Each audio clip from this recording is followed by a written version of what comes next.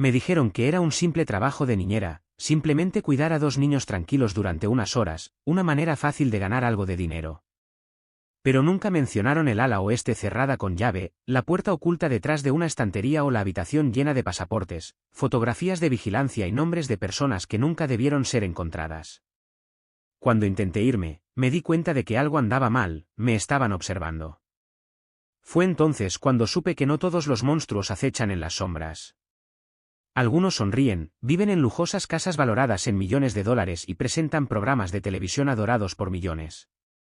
Solía pensar que el peligro era ruidoso, caótico o criminal. Era algo obvio, algo que se podía ver venir. Pero ahora sé la aterradora verdad, las cosas más peligrosas de este mundo suelen ser las que parecen completamente normales. Es decir, hasta que abres la puerta equivocada. Antes de profundizar más, tómate un momento para darle me gusta a este vídeo, suscríbete al canal y presiona la campana de notificación para mantenerte actualizado con contenido nuevo. El trabajo llegó a través del amigo de un amigo, una oportunidad fácil, casual, nada especial. Ni siquiera fue una entrevista oficial, solo un mensaje rápido en un chat grupal de estudiantes universitarios que buscaban trabajo. En un momento estaba hojeando las listas habituales y al siguiente alguien me envió un mensaje privado. ¿Estaría interesado en cuidar niños de una celebridad de Las Vegas? El pago es en efectivo, el horario es fácil, una casa grande. El nombre que mencionaron fue Rick Harrison. Al principio no lo creía. Rick Harrison, la estrella de Estrellas de Empeño, la ingeniosa leyenda de la televisión conocida por su experiencia en antigüedades. Sonó ridículo. Pero después de una búsqueda rápida y de confirmarlo con algunas fotos, no pude negarlo, la misma casa, el mismo hombre. Recuerdo reírme de lo absurdo de todo. ¿Estás bromeando? ¿Necesita una niñera? Escribí. La respuesta no se hizo esperar, hay niños en la casa. Viaja a menudo. Necesita a alguien discreto. Sin dramas. El salario es el doble. La oferta era tentadora, $600 por 4 horas, de 6 de la tarde a 10 de la noche. Todo lo que tenía que hacer era asegurarme de que los niños comieran, terminaran sus tareas y estuvieran acostados a las 9 de la noche, dinero fácil. Pensé que era demasiado bueno para dejarlo pasar. Tenía 23 años, estaba arruinado y ahogado en deudas de préstamos estudiantiles. ¿$600 por unas pocas horas de trabajo? Parecía el trabajo de sus sueños, incluso con los extraños detalles. Me dijeron que nos encontraríamos con ellos en las puertas de la finca el jueves por la tarde. Sin formularios, sin entrevista telefónica, solo un mensaje con una dirección, un código para la puerta lateral y una advertencia: no entres con tu teléfono. No le hice caso. Después de todo, yo era responsable, inteligente y estaba desesperado por conseguir dinero. Cuando llegué, la finca era enorme. Puertas de seguridad, cámaras por todas partes y un camino sinuoso iluminado por luces activadas por movimiento que seguían cada uno de mis pasos. La puerta principal la abrió un hombre de unos 60 años, no Rick, sino un hombre que se presentó como el señor Weller. Hasta el día de hoy, nunca supe si ese era su verdadero nombre. Teléfono, ordenó, señalando un cajón cerrado con llave. Reglas de la casa. Sin dudarlo, se lo entregué. Toda la experiencia se sintió menos como un trabajo de niñera y más como un recorrido por una lujosa mansión.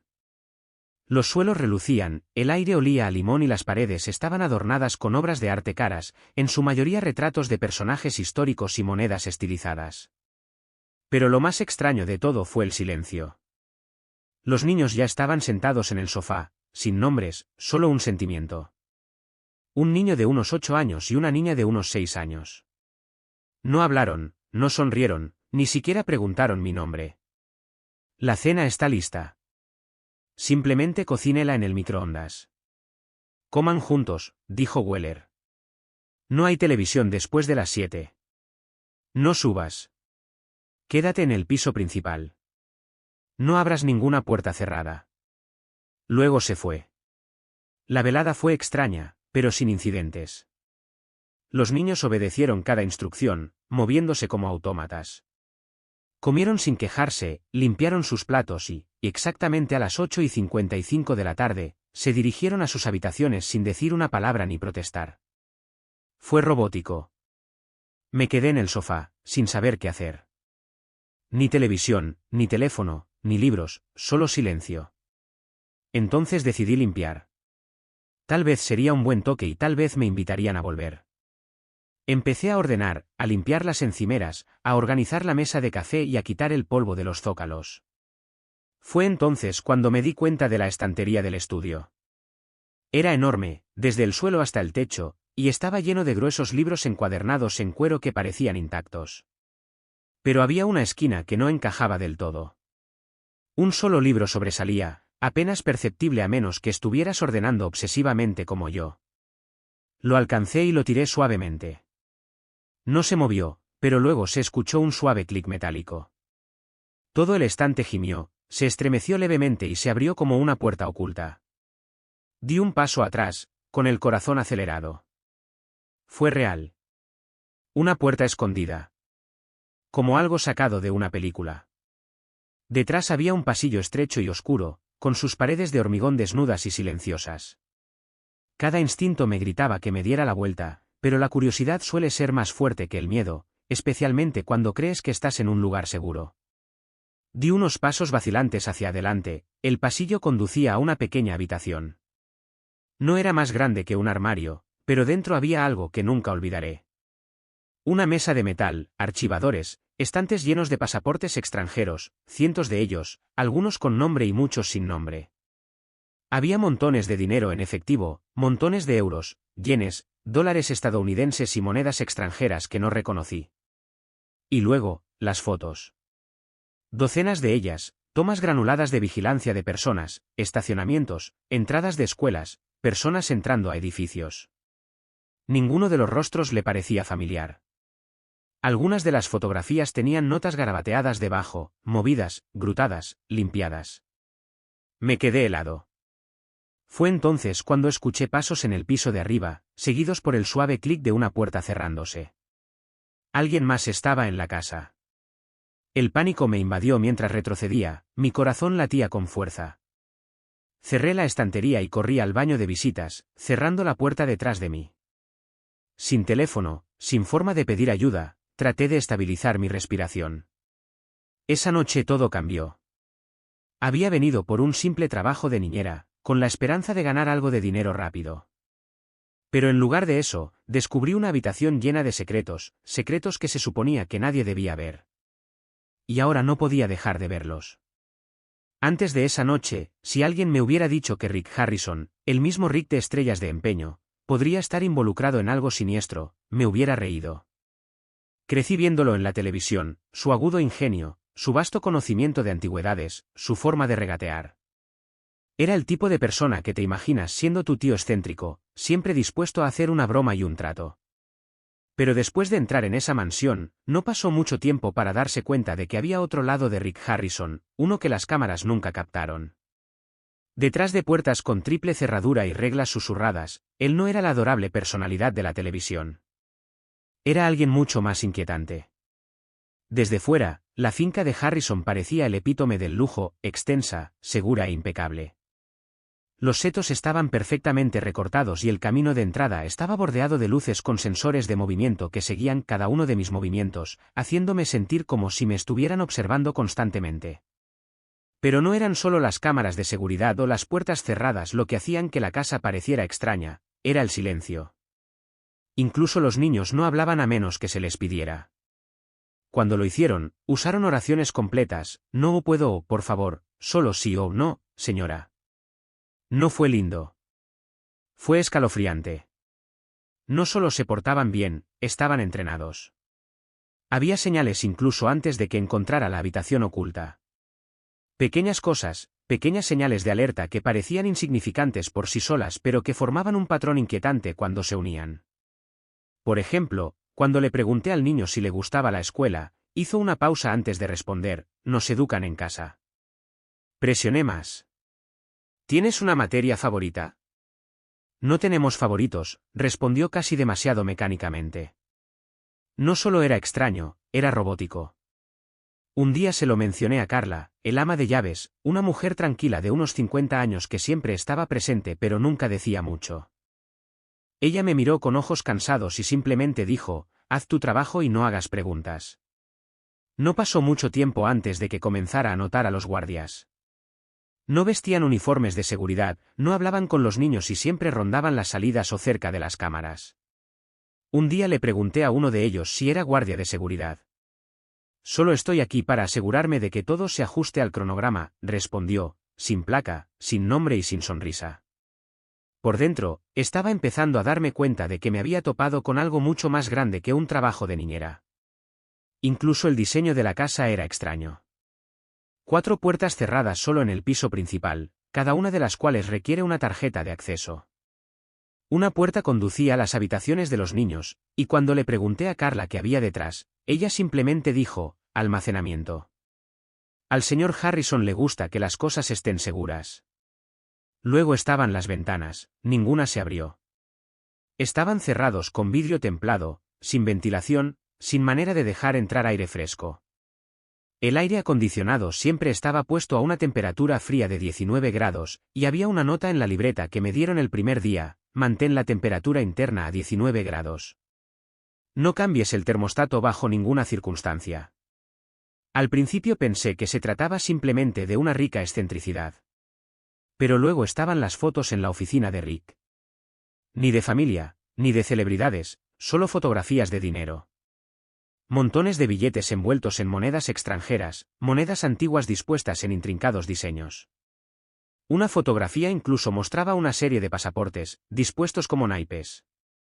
Fue entonces cuando me di cuenta, el Rick Harrison que todos conocían, el millonario ingenioso y con los pies en la tierra, no era más que una ilusión. Un disfraz. El hombre que realmente existía detrás de aquellas puertas cerradas no se parecía en nada al que se veía en la televisión. En ese entorno estrictamente controlado, donde cada detalle estaba meticulosamente organizado, ni siquiera a los niños se les permitía sonreír a menos que se les indicara explícitamente. El Rick Harrison del History Channel, que casualmente sonrió a las cámaras, estaba muy lejos del hombre que había construido habitaciones secretas detrás de estanterías llenas de pasaportes falsificados y archivos misteriosos. No fue hasta que regresé a casa esa noche, sin poder dormir, que comencé a profundizar en los detalles. Las imágenes, los documentos, el dinero que había visto, seguían dando vueltas en mi mente. Al principio traté de convencerme de que debía haber entendido todo mal. Quizás las habitaciones ocultas fueran simplemente un búnker de seguridad, o tal vez incluso una habitación del pánico, algo perfectamente normal. Pero a medida que indagaba más en las finanzas de Rick Harrison, descubrí algo mucho más inquietante. Rick poseía docenas de LLC, algunas, por supuesto, eran de esperar, compañías de producción, empresas inmobiliarias, licencias de marcas. Pero otros parecían más misteriosos. Uno se llamaba Vitavition LLC. Otro figuraba como RH Global Desbuschen. Los nombres no significaban nada para mí, y lo que era aún más extraño era que ninguno de ellos tenía sitios web ni datos de contacto públicos, solo apartados de correos en estados que Rick nunca había visitado públicamente. Por curiosidad, busqué algunos de los nombres de empresas en una base de datos de registros comerciales. Lo que encontré me sorprendió. Estas empresas tenían conexiones con almacenes de envío, alquiler de vehículos de lujo e incluso propiedad de aviones privados. Algunos de ellos estaban registrados con el nombre de Rick, mientras que otros estaban enmascarados tras alias.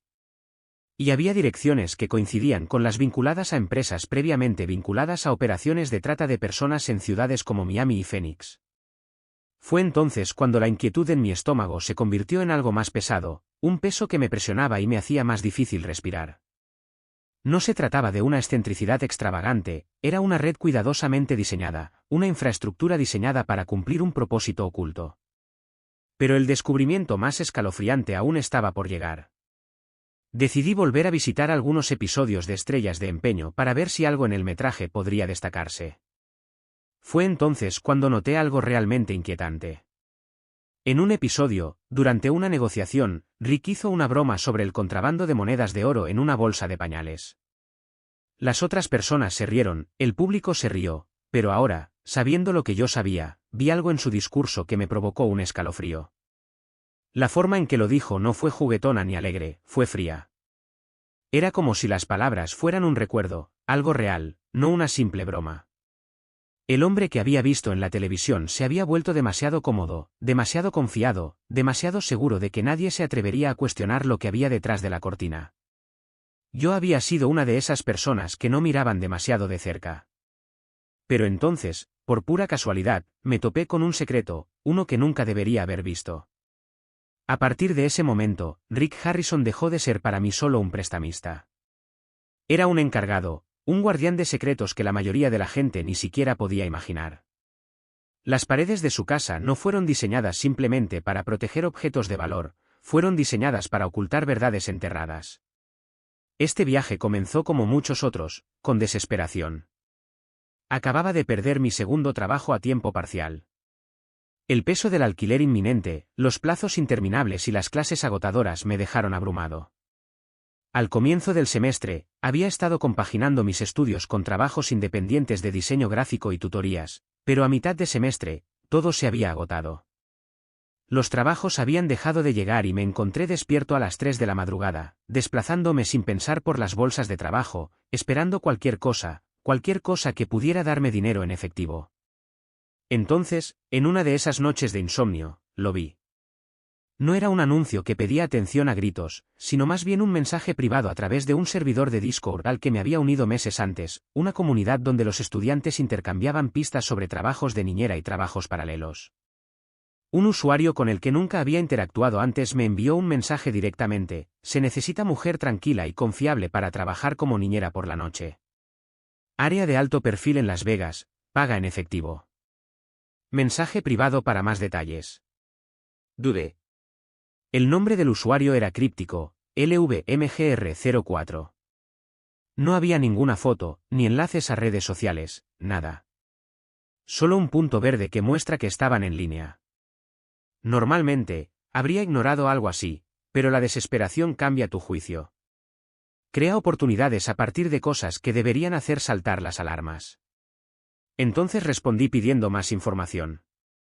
La respuesta no tardó en llegar: residencia privada, sin mascotas, 2 niños, horario de 18 a 22 horas, $600 fijos, sin contratos, solo su presencia. No uso del teléfono durante el turno. ¿Se entiende? Ahí estaban, las banderas rojas, todas ellas. Sin contrato. Sin acuerdos formales. Simplemente entendido. Le pregunté: ¿quién es la familia? La respuesta fue casi indiferente: Rick Harrison. ¿Lo conoces? Parpadeé. Entonces me reí. Por supuesto, pensé que era una broma. Pero cuando el usuario envió una dirección parcial, lo suficiente para despertar la curiosidad, dejé de reírme. La dirección coincidía con un barrio muy exclusivo de Henderson, en las afueras de Las Vegas, un lugar conocido por su estricta seguridad y propiedades caras. Todavía escéptico, pedí referencias. La respuesta fue cortante: no es necesario. Quieren a alguien de confianza. Serás monitoreado por cámaras, esa es tu entrevista. Según toda lógica, debería haberme marchado. Cualquier persona racional lo habría hecho. Pero la desesperación puede llevarte a cometer actos imprudentes. Reprograma tus instintos, te hace ignorar tus dudas y convencerte de que tal vez, solo tal vez, esta vez la oportunidad era real. Entonces acepté. Me dijeron que me presentara esa noche, que no me comunicara con nadie de antemano y que entrara por la puerta lateral usando un código que me enviarían. No traigas tu teléfono adentro. No entres al ala oeste. No hagas preguntas. Las instrucciones me pusieron nervioso, pero dejé de lado mi inquietud. Quizás fuese simplemente la paranoia de los ricos. Quizás Rick había sido quemado por el personal antes. No lo sabía, pero me dije que probablemente era normal. Las celebridades lidian con locuras, filtraciones y todo tipo de problemas que yo ni siquiera podía empezar a entender. Reprimí la inquietud, preparé una pequeña bolsa y dejé una nota para mi compañero de cuarto. Mientras conducía, el aire se sentía extrañamente quieto, como si la noche misma estuviera conteniendo el aliento. Tenía las manos húmedas y el corazón latía más rápido con cada kilómetro que pasaba. El aislamiento de la propiedad me puso nervioso. No solo estaba lejos de la ciudad, sino que estaba aislada de todo. Cuando llegué, la puerta estaba entreabierta y ese detalle me revolvió el estómago. ¿Fue esto una prueba? ¿Se suponía que debía dudar? Aparqué cerca de los setos, caminé por el sendero hasta la puerta lateral e introduje el código. La puerta se abrió con un suave clic. No había voces, ni signos de vida, solo el distante repique de campanas de viento y el brillo de las luces exteriores que proyectaban sombras espeluznantes contra las paredes. Un hombre me saludó adentro. Él no era Rick Harrison. Era alto, vestía una chaqueta oscura y su comportamiento era demasiado tranquilo, demasiado quieto. Sus manos nunca salieron de sus bolsillos cuando preguntó, ¿eres la niñera? Asentí, sin decir palabra, me extendió una pequeña caja de terciopelo. Tu teléfono, dijo con voz plana. Dudé y luego se lo entregué de mala gana. Sentí que estaba cruzando una línea, pero no sabía cómo retroceder. Por dentro, la casa estaba prístina, incluso estéril, como un museo diseñado para impresionar pero no para dar la bienvenida. El hombre me llevó a la cocina, donde dos niños estaban sentados en una isla, vestidos con ropa sencilla y neutra. Ellos saben qué hacer. Cenar a las 6:30, acostarse a las 9, apagar las luces a las 9:30. Quédate en el piso principal, instruyó con voz fría e impersonal. Sin esperar respuesta, desapareció por el pasillo. Me acerqué a los niños con cautela, sus ojos en blanco cuando se giraron para mirarme, educados pero distantes. Hola, dije, soy la niñera. Asintieron al unísono. ¿Tienes hambre? Yo pregunté. Sí. No hubo calidez ni emoción, solo una respuesta robótica. Preparé las comidas, ya preparadas, empaquetadas en recipientes sellados con nombres que no reconocí, y los niños comieron en silencio. Sus movimientos eran rígidos, mecánicos, sus ojos fijos hacia adelante, sin encontrar nunca los míos. Después les pregunté si querían jugar o leer. La respuesta del niño fue escalofriante por su monotonía, no podemos jugar a menos que sea fin de semana. La niña no respondió en absoluto. Se sentía menos como cuidar niños y más como observar dos autómatas, una actuación de la infancia, nada más. Miré el reloj, 7:08 de la tarde. El tiempo pareció avanzar lentamente. El silencio flotaba en el aire, casi sofocante. No había música ni risas, solo el ocasional zumbido del aire acondicionado y el sutil, casi imperceptible clic de las cámaras de seguridad mientras se ajustaban, escaneando cada rincón de la casa. A las 8:50 de la tarde, sin que nadie tuviera que decir una palabra, los niños se levantaron del sofá y se dirigieron silenciosamente a sus habitaciones. Los seguí, asegurándome de que se cepillaran los dientes, pero cuando llegué al pasillo, las puertas ya se habían cerrado. Ni buenas noches, ni charla, solo su silenciosa y fría finalidad. Eso fue todo. Estaba solo. A las 9 de la noche la casa estaba completamente en silencio. No había ningún televisor sonando de fondo, ningún teléfono sonaba distraído, nadie llamaba a la puerta para conversar. El vacío era ensordecedor. Y ahí fue cuando empezó mi inquietud. Al principio fue un pequeño impulso, solo la necesidad de moverse, mirar a mi alrededor, explorar un poco. No estaba rompiendo ninguna regla, todavía no, pero estaba empezando a sentir que algo me quitaba el peso de encima. Algo no estaba bien en este lugar y no podía ignorarlo. Pasé de la cocina a la sala de estar y luego de la sala al estudio. Fue entonces cuando lo encontré, la estantería. La puerta detrás de ella se revelaría con el tiempo, pero por ahora, era solo la susurrante sensación de inquietud lo que me inquietaba. No podía quitarme la sensación de que el trabajo para el que me habían contratado, esta casa que se suponía debía proteger y todo lo que creía entender sobre Rick Harrison estaban construidos sobre una mentira. La oferta de trabajo no había sido un acto de suerte al azar. No fue una coincidencia lo que me había traído hasta aquí. Me habían elegido por una razón, y a medida que pasaban las horas, comencé a darme cuenta de que mi presencia en esta casa no se trataba de cuidar niños. Se trataba de algo mucho más oscuro. Puedes aprender mucho sobre una persona por su forma de vivir. No solo por los muebles que eligen o el tipo de café que beben, sino por cómo organizan su espacio, qué reglas hacen cumplir y las partes de sus casas que deciden sellar. La mansión Harrison no fue diferente, aunque su presentación de riqueza y poder ocultaba mucho más de lo que revelaba. En la superficie, parecía impecable. Los pisos de madera pulida brillaban bajo la luz de grandes candelabros. Las ventanas del piso al techo dejan entrar la vista de los amplios terrenos. Alfombras importadas cubrían los pisos y el comedor era lo suficientemente grande como para albergar cómodamente a 12 personas. Pero debajo de la opulencia, algo estaba mal, incluso profundamente mal. No fue solo una cosa, era toda la atmósfera. La casa, a pesar de su grandeza, parecía vacía. No había fotos familiares en las paredes, ni dibujos infantiles pegados con imanes al frigorífico, ni juguetes abandonados descuidadamente en los rincones de las habitaciones. No había juegos en los gabinetes, ni jugos ni bocadillos en el refrigerador, y ni siquiera una pieza de Lego perdida enterrada profundamente en los cojines del sofá. Era como si la casa estuviera diseñada para borrar cualquier rastro de infancia.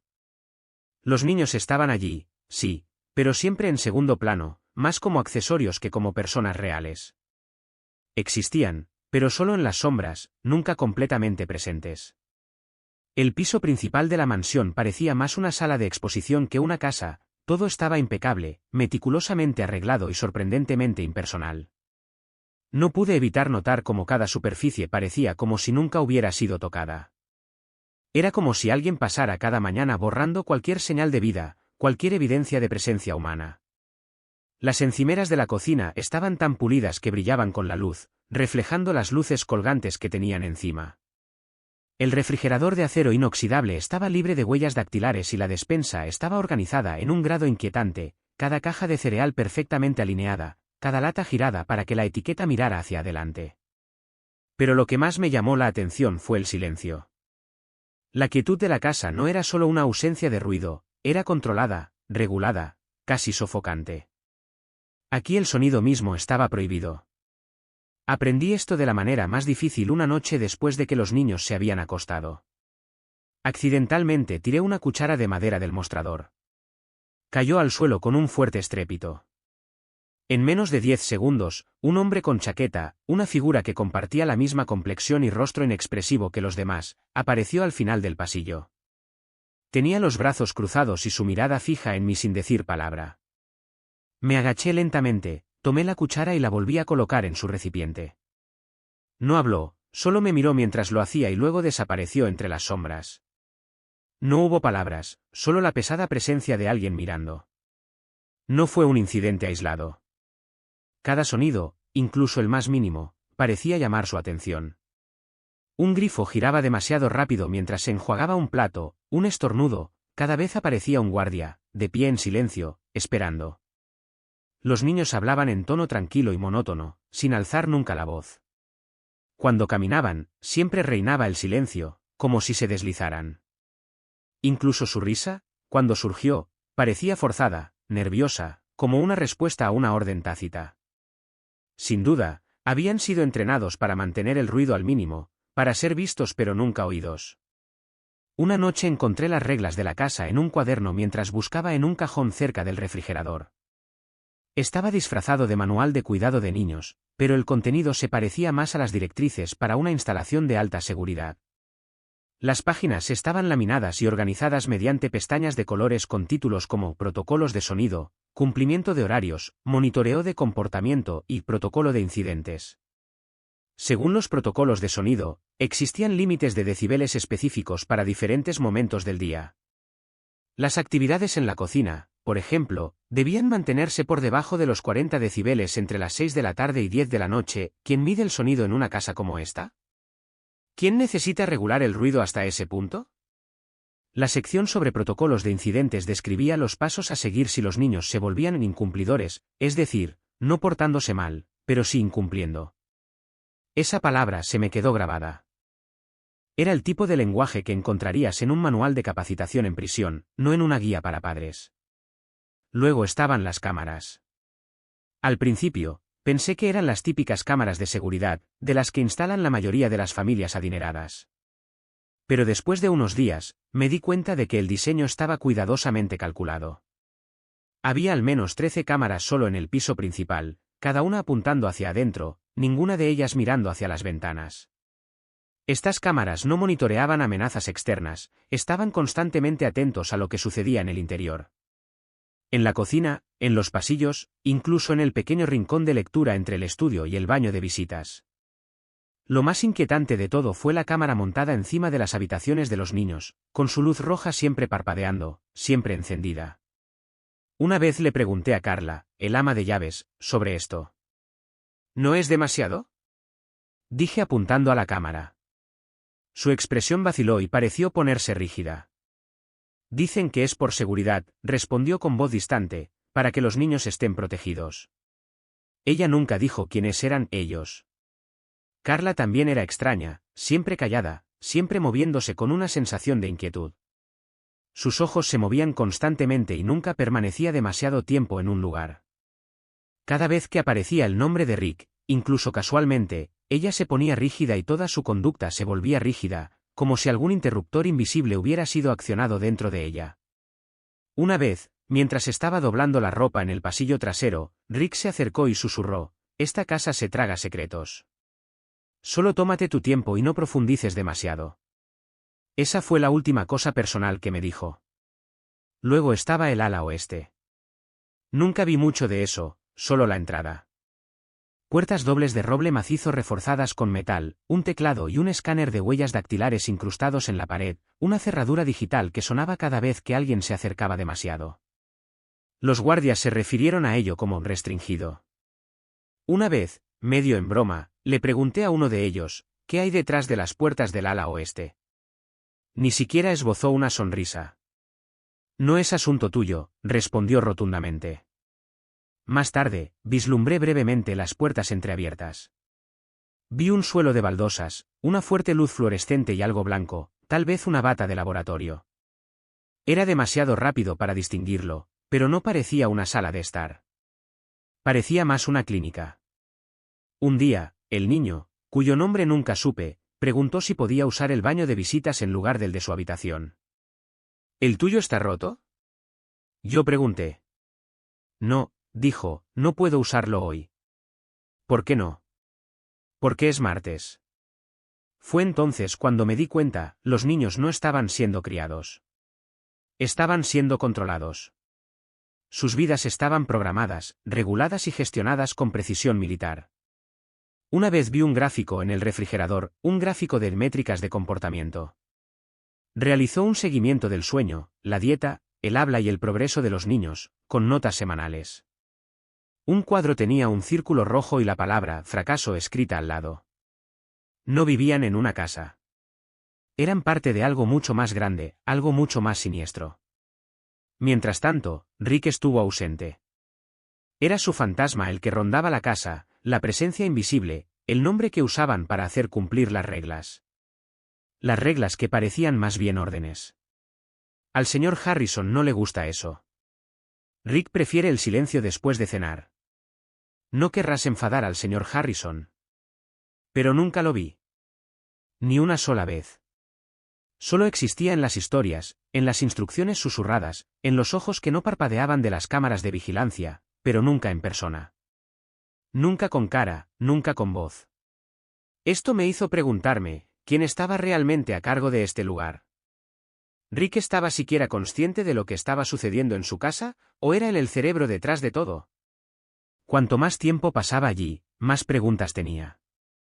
Y cada vez que intentaba encontrar respuestas, la casa respondía de la misma manera, inquietantemente silenciosa, críptica en su frialdad. Las miradas escalofriantes. Las puertas que se cerraron con espeluznante precisión. Carla deslizándose por pasillos oscuros como un fantasma. Cuanto más lo pensaba, más claro me quedaba, esto no era un hogar. Esta era una máquina, un ambiente frío y meticulosamente diseñado donde cada elemento, cada variable estaba controlada.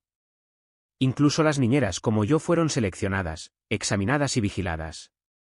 Pero no para proteger a los niños, no, se estaba salvaguardando algo más profundo, algo mucho más oscuro. Algo escondido. Algo detrás de una puerta que aún tenía que encontrar. Pero sabía que lo encontraría. Tuve que hacerlo. Y cuando lo hice, cuando abrí esa estantería y entré en la oscuridad sofocante, finalmente lo entendí. Esta no era una casa cualquiera. Era la casa de Rick Harrison. No es una mansión. No es un hogar. Pero una bóveda.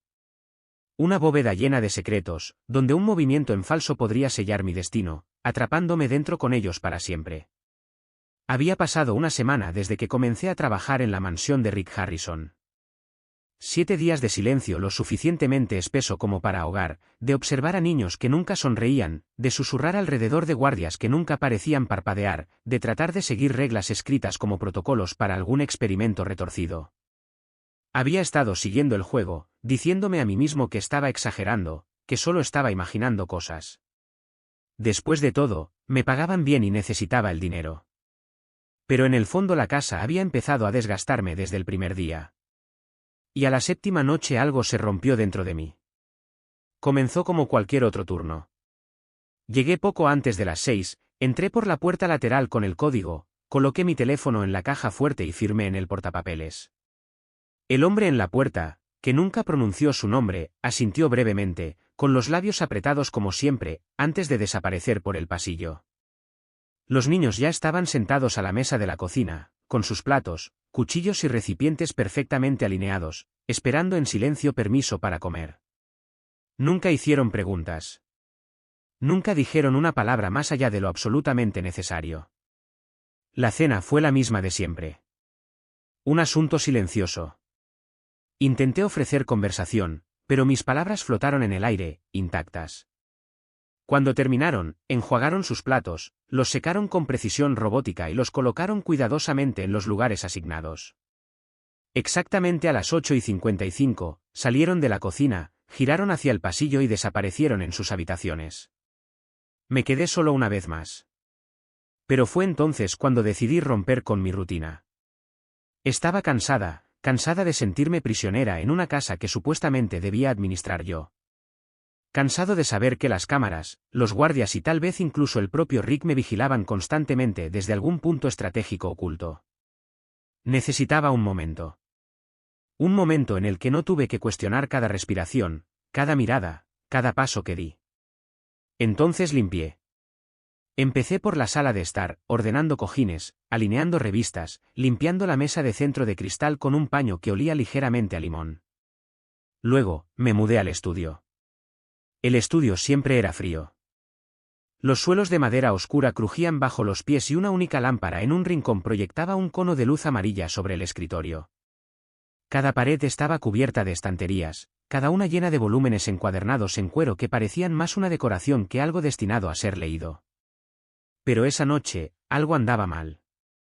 Uno de los libros del tercer estante sobresalía ligeramente. No estaba alineado con los demás. Solo una fracción de centímetro, pero suficiente para llamar mi atención. Lo alcancé, curioso. Pero no se movió. En cambio, toda la estantería gimió, un clic mecánico reverberó en el aire. Todo el marco se movió, no hacia afuera, sino hacia un lado, como si estuviera montado sobre algún riel oculto. Mi corazón golpeó mi pecho. Puse ambas manos en el borde de la estantería y empujé. Suavemente. Se movió. Detrás había un pasillo estrecho, frío e inacabado. Las paredes de hormigón estaban desnudas, sin pintura ni molduras, solo un espacio austero, crudo e inacabado. Un tubo de metal corría a lo largo de la pared izquierda y una única bombilla parpadeante colgaba sobre una escalera que descendía hacia la oscuridad. Me quedé helado. Mis instintos me gritaban que cerrara la puerta, me alejara, olvidara lo que había visto. Pero algo más profundo, más oscuro, me impulsó hacia adelante. A cada paso, las tablas del suelo crujían bajo mi peso. El aire se volvió más frío a medida que descendía. El frío se filtró en mis huesos como si estuviera caminando hacia un sótano que nunca había visto la luz del sol. Al final del pasillo, el camino giraba bruscamente a la izquierda y terminaba en una única puerta de metal. Sin mango. Solo un teclado y un escáner biométrico. El teclado parpadeó con un suave brillo verde. Por instinto, presioné el botón dentro del marco de la puerta. ¿Sentimiento? La puerta se abrió. Dentro había una pequeña habitación, no más grande que un armario, pero llena de lo suficiente como para hacer que se me helara la sangre. Montones de dinero en efectivo. Montones de documentos. Pasaportes. Discos duros. Fotografías de vigilancia, caras que no reconocí. Bolsas de monedas, cada una etiquetada con iniciales que no pude ubicar. Pero lo más inquietante fue el olor. Una mezcla de polvo, metal frío y algo estéril, como una habitación de hospital cruzada con un centro de servidores. La pared del fondo estaba llena de fotografías. No enmarcados, simplemente sujetos con alfileres, como si alguien los hubiera colocado apresuradamente. La mayoría eran tomas de vigilancia en blanco y negro. Niños. Hombres. Mujer. Algunos se movían, otros se quedaban quietos. Algunos estaban dormidos. Tinta roja garabateada sobre las fotografías, transferir, borrada, establecer. Mi estómago se revolvió. En el centro de la habitación había una pequeña mesa llena de papeles. Itinerarios de vuelos, facturas, carpetas marcadas con códigos que no reconocía, ISB, LV, PChex, MNL. Y, de manera escalofriante, una carpeta con la etiqueta Ubicaciones a la deriva. Recordé el nombre, Drift. Rick lo había mencionado una vez en una repetición de Pawn Stars. Una isla privada, la había llamado. Un refugio secreto. Pero esa no fue la peor parte. Había docenas de cuadernos, ninguno de ellos sin marcar. Abrí el primero. Dentro había registros, cuentas detalladas que rastreaban los movimientos de las personas. Fotos de jóvenes acompañadas de tarjetas de identificación con códigos de barras. Fechas de entrada. Proyectado por. Apto para traslado. Últimas ubicaciones conocidas. Las palabras se confundían y el significado era más siniestro con cada página que pasaba. Di un paso atrás, con el pulso acelerado y la piel de gallina. Cada fibra de mi ser gritaba que no debería estar allí. Y fue entonces cuando lo escuché. Una puerta se abrió con un chirrido en lo alto. Pasos lentos y deliberados resonaron en el pasillo. Cerré el cuaderno de golpe, mi corazón se aceleró mientras escaneaba la habitación en un silencio frenético. No había salida. Sin trampilla. Sin ventana. Ningún pasaje oculto. No hay forma de escapar. Pero entonces, mis ojos captaron algo, un pequeño pestillo en la parte inferior de la mesa. Sin apenas pensarlo, me incliné, la presioné y observé con alivio cómo toda la base de la mesa se abría, revelando un compartimento hueco debajo. Sin un segundo que perder, me metí dentro, luchando por respirar en el espacio reducido. A través de una estrecha rendija, vi entrar unas botas, cuero negro, pasos pesados y deliberados y una figura alta. No hablaron. La figura caminó directamente hacia el escritorio, tomó el cuaderno que acababa de leer, hojeó las páginas y luego se quedó paralizado. Una ligera inclinación de la cabeza, como si sintiera que algo andaba mal. Contuve la respiración. El tiempo pareció ralentizarse hasta alcanzar un ritmo insoportable. Luego, después de lo que parecieron horas, dejaron caer el cuaderno, dieron media vuelta y se marcharon. La puerta se cerró con un silbido detrás de ellos, el sonido resonó en el silencio. Esperé lo que me pareció una eternidad antes de atreverme a salir de mi escondite. No me molesté en volver a colocar la estantería cuando salí, solo corrí. Corrí por el pasillo, subí las escaleras, crucé el piso del estudio y salí por la puerta principal. Ni siquiera me detuve para sacar mi teléfono de la caja fuerte. Me lancé a mi auto, retrocedí por el camino de entrada y no miré hacia atrás. Esa noche, dormir fue imposible. Las imágenes de la habitación secreta se reproducían en mi mente una y otra vez, como un carrete de película incesante. Los rostros en la pared, los expedientes marcados con palabras inquietantes como deriva en tinta roja, y ese maldito cuaderno, lleno de lo que solo podría llamarse inventario. No era solo una habitación oculta. Era un centro de operaciones, un oscuro centro de logística y actividad encubierta, y no debería haberlo encontrado. Cuando finalmente llegué a mi apartamento, no hablé. No lloré. No le dije nada a mi compañero de cuarto.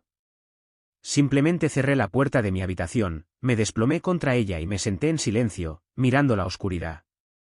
Mis manos temblaban incontrolablemente, mi corazón latía con fuerza como si no hubiera parado durante horas, todavía atrapado en la adrenalina de esa noche. A pesar de estar en casa, a salvo, al menos físicamente, mi mente y mis emociones todavía estaban atrapadas en esa habitación. Esa noche cambió todo. Las imágenes, los archivos, las pilas de pasaportes, los nombres de los niños, algunos apenas mayores que los que yo había estado cuidando, quedaron grabados en mi memoria. Las referencias codificadas, lugares a la deriva, ISB, Pechex. Y lo más escalofriante de todo, fotografías.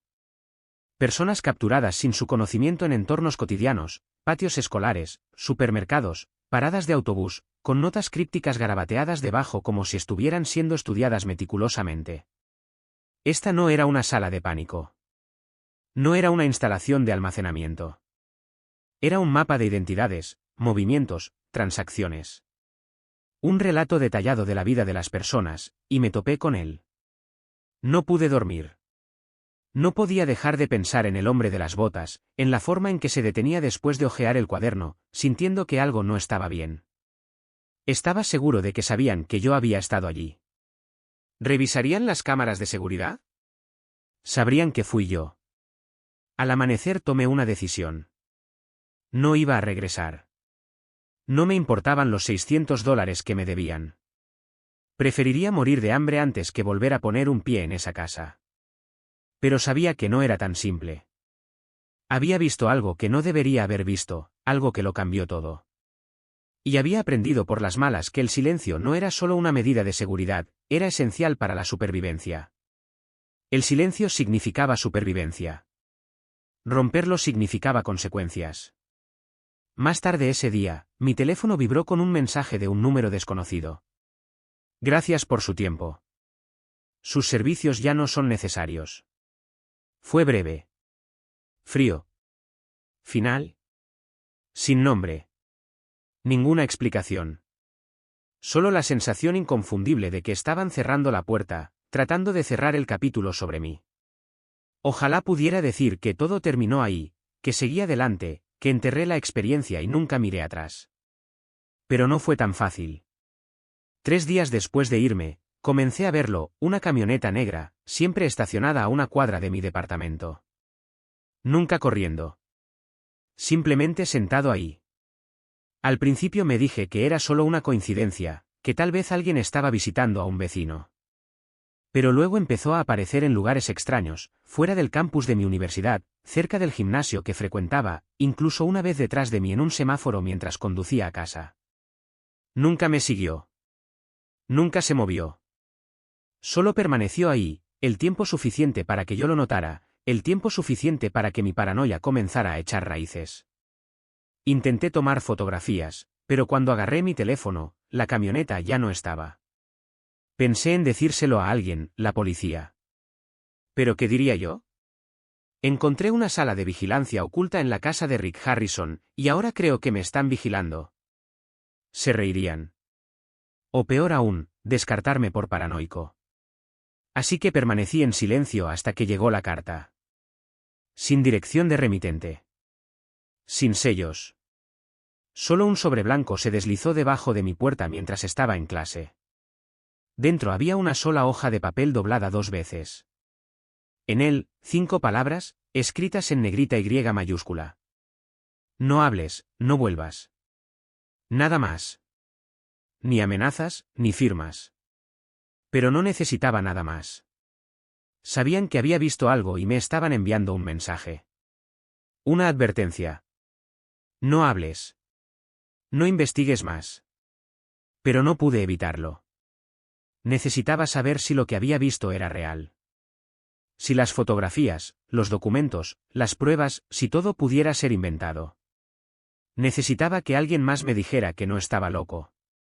Entonces, llamé a un amigo, no a un amigo cualquiera, sino a un estudiante de periodismo en quien confié mi vida.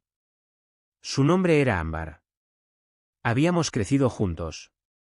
Ella sabía cuando estaba mintiendo, cuando tenía miedo, cuando estaba al límite. No le conté todo, pero le dije lo suficiente para llamar su atención. Vi algo, dije. Algo que no debería haber visto. Necesito tu ayuda para verificarlo. Ella me invitó a pasar esa noche. Le mostré los bocetos que había hecho de la habitación, los cajones, los archivadores, las etiquetas. Incluso recordé algunos de los nombres de las carpetas. Amber escuchó atentamente, con expresión ilegible. Luego dijo algo que nunca olvidaré. Tienes que decírselo a alguien. Esto no solo es espeluznante.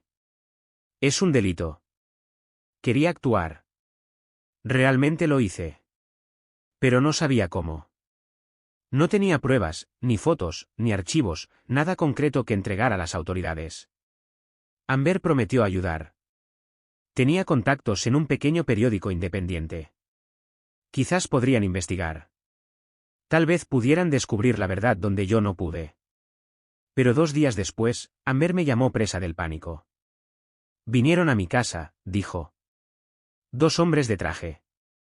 Dijeron que estaban dando seguimiento a una denuncia por ruido, pero preguntaban por ti. Sabían tu nombre. Fue entonces cuando hizo clic. Esto no fue solo vigilancia. Esto fue intimidación. No solo me estaban mirando. Estaban apretando el agarre. Asegurarme de entender las consecuencias de salirse de la línea. Esa noche hice la maleta. Se mudó con un primo a 2 ciudades de distancia. Cambié mi número de teléfono. Borré mis redes sociales. Desaparecido. Pero nunca lo olvidé. Y nunca dejé de preguntarme, ¿qué habría pasado si no hubiera salido de esa habitación? ¿Y si me hubiera quedado solo un minuto más? ¿Y si los hombres de las botas me hubieran atrapado? Me habrían interrogado. Me eliminó. Me agregó a una carpeta propia. Hay una noche que nunca olvidaré. Aproximadamente una semana después de huir, me desperté y encontré un trozo de papel debajo de la puerta de mi habitación de motel. Esta vez no hay sobre. Solo una pregunta, escrita con tinta negra y nítida. ¿Quién más sabe lo que viste? Luché con la decisión durante semanas. Cada día traía nuevas oleadas de pánico, culpa y urgencia. Dormí con un ojo abierto. Revisé 2 veces las cerraduras de la puerta. Salté ante cada golpe inesperado. Ya no era paranoia. Fue supervivencia. Porque por más que intenté enterrarlo, el recuerdo de aquella habitación escondida permaneció conmigo. Las pilas de pasaportes. Las fotografías. Los pasaportes. La palabra deriva. Las notas frías y mecánicas junto a los rostros de las personas. Transferido. Despejado. Fijado. Tenía que decírselo a alguien. Pero ¿en quién podía confiar cuando el hombre detrás de todo esto era una personalidad televisiva muy conocida, con conexiones, dinero y una casa más fortificada que una embajada federal? ¿A quién recurres cuando la gente que te observa no lleva insignias ni uniformes, sino trajes caros, gafas de sol oscuras y la capacidad de desaparecer en un abrir y cerrar de ojos? Pero de alguna manera lo logré. Entré en una comisaría del centro, agarrando mi diario, docenas de páginas llenas de notas, fechas, diagramas, etiquetas de carpetas e incluso los nombres que recordaba de la habitación secreta de Rick. Me senté con un oficial de patrulla y traté de explicarle lo que había visto. Al principio no mencioné a Rick. Pensé que podría hacer que me tomaran más en serio si lo hacía poco a poco. Pero en el momento en que mencioné las habitaciones ocultas y los pasaportes, el rostro del oficial cambió. Todo su comportamiento cambió. Su bolígrafo se cayó de su mano, aterrizó con un suave ruido en el escritorio, y sus ojos se fijaron en mí como si buscara las grietas en mi historia.